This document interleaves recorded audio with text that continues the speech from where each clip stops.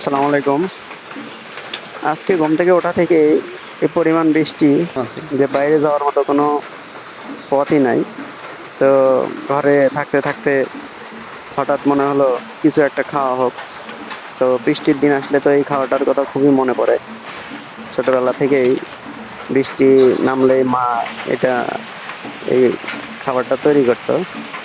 তো আমরাও এখন এসে এটা নিজেরাই তৈরি করছি।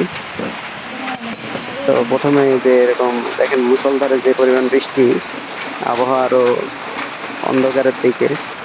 তো এই সুযোগে এই কাজটা। তো চাউল আমরা ভিজে নিয়ে এরকম কিছুক্ষণ ভিজে নিয়ে ছেড়ে দিলাম।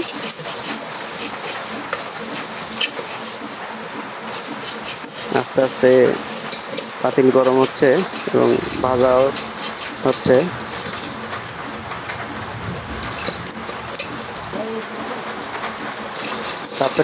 বেশি তাপের কারণে লেগে ধরে। যার কারণে ভাজা কন্টিনিউ চালিয়ে যাওয়া হচ্ছে। এদিকে আমার পিচ্চি আবার আসলো, ডাকাডাকি বাড়ছে। তো এই দেখেন ভাজা কিন্তু প্রায় হয়ে এসেছে। তো আমরা এখন নামাবো। নামানোর পরে পেঁয়াজ, মরিচ, একটু হলুদ দিয়ে ভালোভাবে মাখিয়ে নিয়ে এখন খাওয়ার জন্য প্রস্তুত। তো আমি এখন খাবো, সেই মজা।